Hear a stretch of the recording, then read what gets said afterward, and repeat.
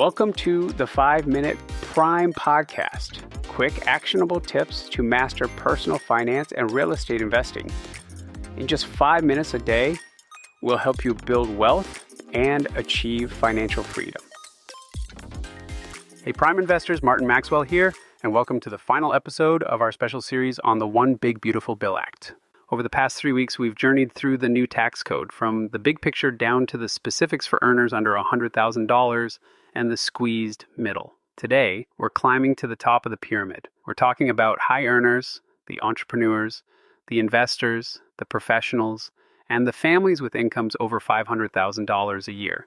If you're in this group, the new tax law is a classic mixed bag. On one hand, it takes away one of the most significant new tax breaks with one hand. On the other, it offers some of the most powerful permanent incentives for investment and wealth creation with the other. This isn't just about your tax bill, it's about your entire financial strategy. Let's dive in. In our last episode, we talked about the massive temporary increase of the SALT deduction cap to $40,000.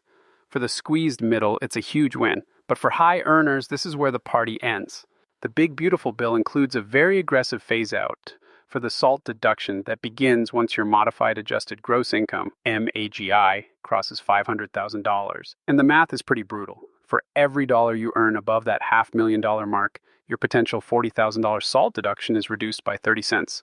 Let's run the numbers. Say you're a married couple with a MAGI of $600,000. You're $100,000 over the threshold. That means your SALT deduction is reduced by $30,000, 30% of $100,000.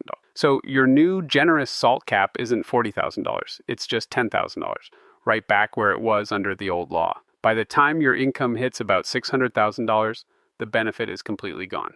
And here's a critical point. This creates a significant marriage penalty. The $500,000 phase-out threshold is the same for both single filers and married couples. So two individuals each earning $300,000 would be well under the limit. But if they get married, their combined $600,000 income pushes them over the cliff and they lose the deduction. It's a structural quirk that disproportionately affects dual-income, high-earning households.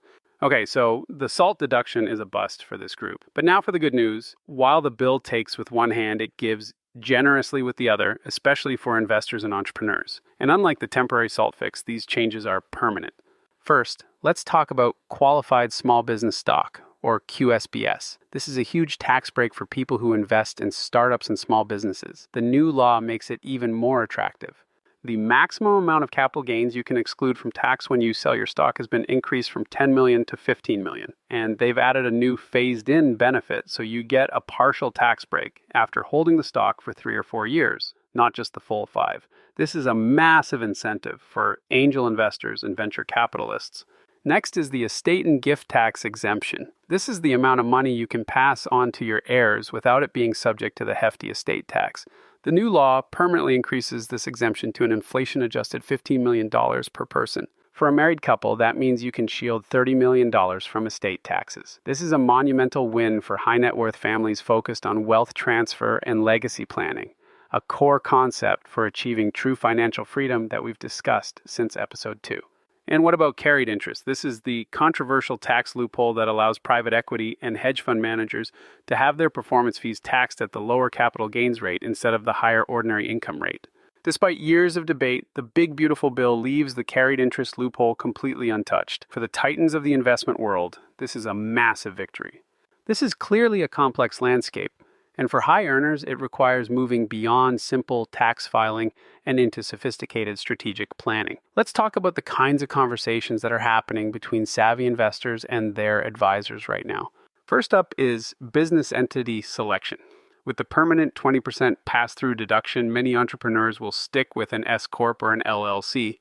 It's a great structure for taking advantage of that lower effective tax rate on business income.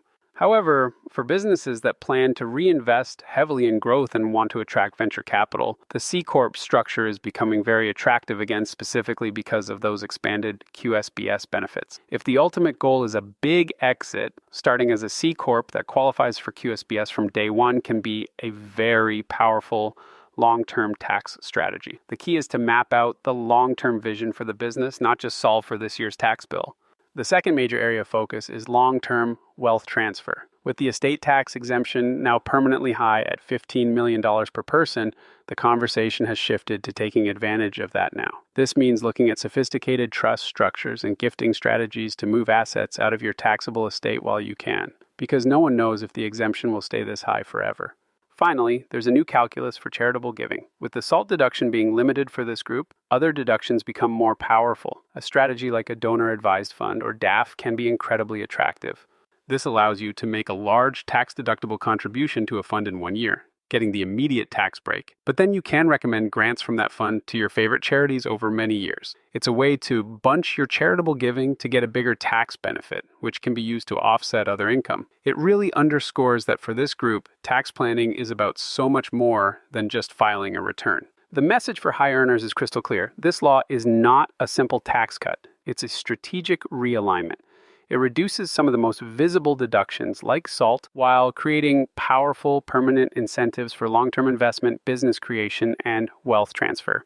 This concludes our 4-part series on the One Big Beautiful Bill Act. From the broad overview to the deep dives into each income bracket, I hope we've given you the clarity and context you need to navigate this new financial landscape. Your challenge today: if you're in this income bracket, your challenge is to think strategically. Identify one aspect of your financial plan that is most affected by this law.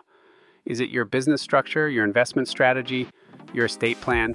Schedule a meeting with your CPA or tax attorney in the next month to specifically discuss how this law changes your long-term playbook.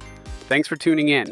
I'm Martin Maxwell. Keep learning, stay strategic, and keep building, one smart move at a time.